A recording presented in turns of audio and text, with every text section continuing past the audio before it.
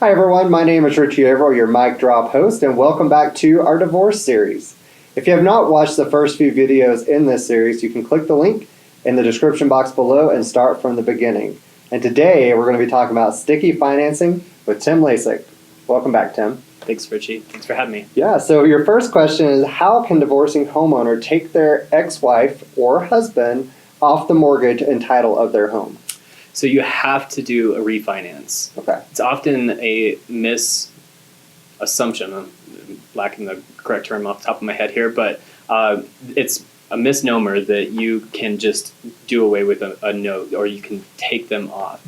You actually have to terminate a marital note, mortgage rather, the promissory note, with completing a refinance, paying it off, and originating a new loan. You can't just simply take your ex-spouse off the loan. You have to pay off the loan and start a new mortgage. Gotcha. And I've heard that divorcing spouse can be held in contempt of court for not refinancing. Is that true? That is, absolutely.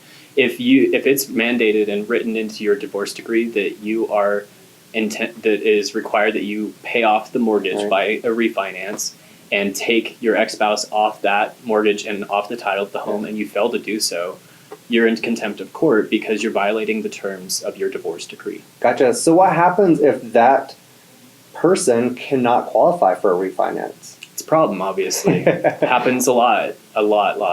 And what we do is we try to figure out what we need to do in order to help them qualify.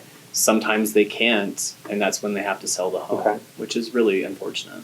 Yeah, very good. Well, can alimony or child support be used to help qualify for that mortgage? Absolutely. That's a great question. So alimony and child support, or spousal support is alimony, those type of considerations can be used on the application.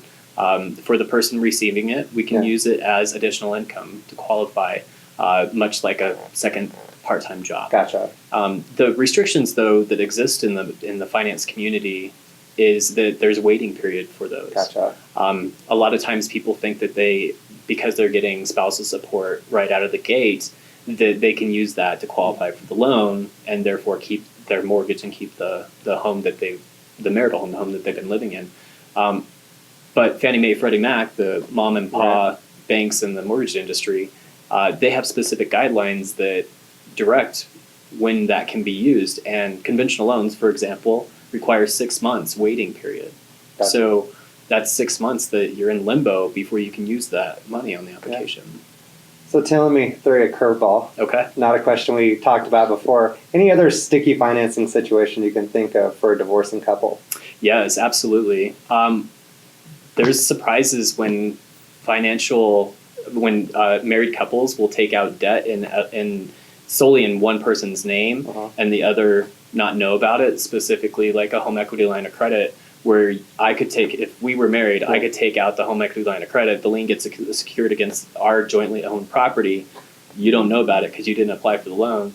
Well, that could get sticky because I could potentially rack up that debt, you not know about it, and then it could be an issue in the settlement of the divorce because it's going to have to be paid. And now you see why we're getting divorced, just because of that. Well, Tim, thank you again for coming in and talking about some sticky financial situations. And thank you all for watching. We'll see you again next time on Mic Drop.